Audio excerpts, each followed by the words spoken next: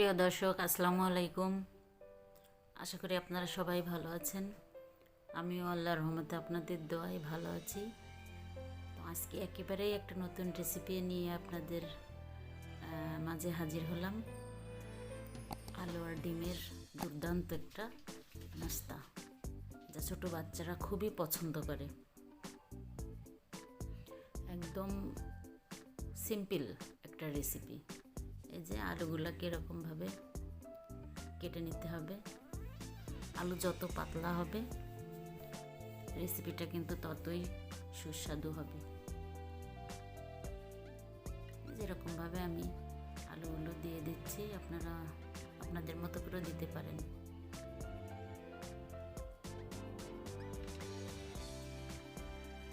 আমি আবারও বলছি, আলুগুলো কিন্তু পাতলা হলেই ভালো হবে, যতটা পাতলা করতে পারেন।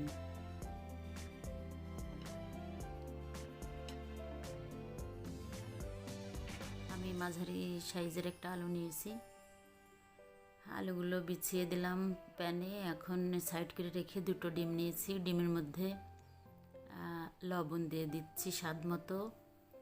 তারপরে সে শুকনো মরিচের গুঁড়া জাস্ট এ পিঞ্চ, মানে চিমটি পরিমাণ বা তার থেকে একটু বেশি। তারপরে দিলাম জিরা গুঁড়াও 1 চিমটি পরিমাণ। আর তারপরে যেটা দিয়ে দিয়েছি সেটা হচ্ছে গোলমরিচ গুঁড়া। আপনারা সাদা কালো যেটা হোক সেটা নিতে পারেন, সমস্যা নেই। মরিচের গুঁড়া একটু বেশি দিয়েছি,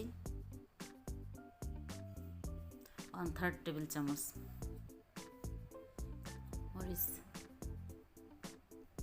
এখন এটাকে সুন্দর করে ফেটিয়ে নিতে হবে, যেন দানা দানা না থাকে।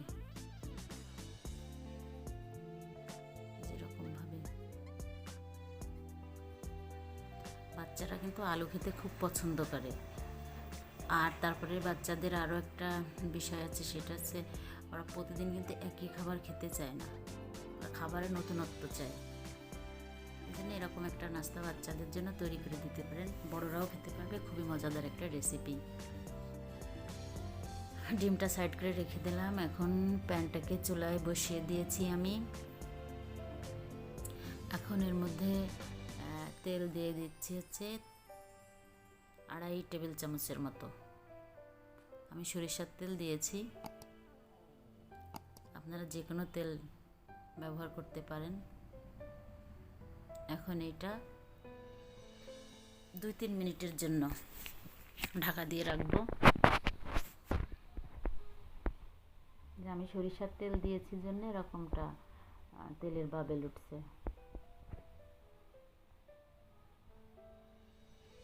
এখন দেখবো আলুগুলো কীরকম বয়েল হয়েছে।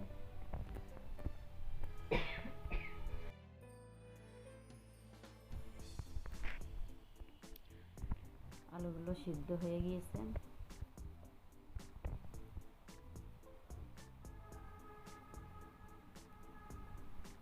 এখন এর মধ্যে দিয়ে দেব সেই ফেটিয়ে রাখা ডিম।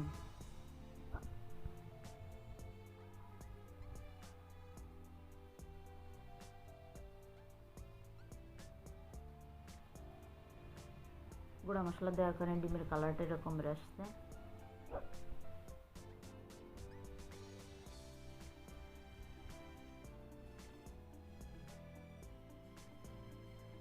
আলুটা তো প্রায় কেন, আলুটা তো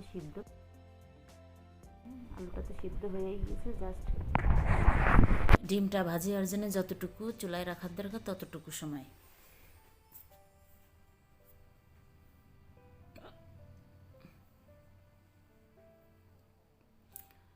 এখন এই পাশটা উল্টিয়ে দিব।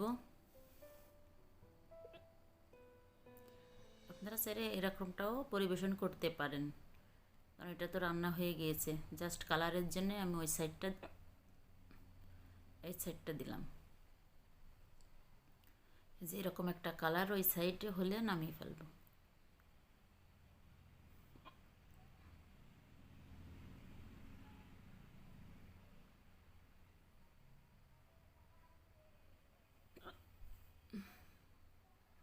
আবার ঢাকা দিব 20-30 সেকেন্ডের জন্যে।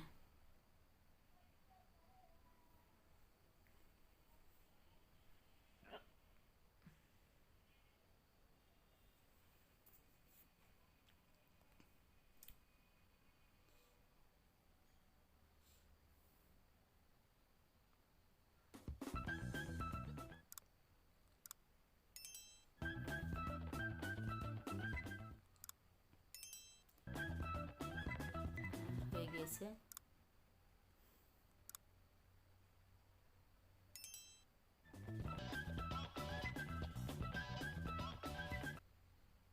আমি কেটে নিয়েছি একটা নাইফ দিয়ে। কাটাটা আমি দেখাতে পারিনি আপনাদের, দুঃখিত। অবশ্যই পাশে থাকবেন, লাইক কমেন্ট শেয়ার করবেন, সাবস্ক্রাইব করবেন।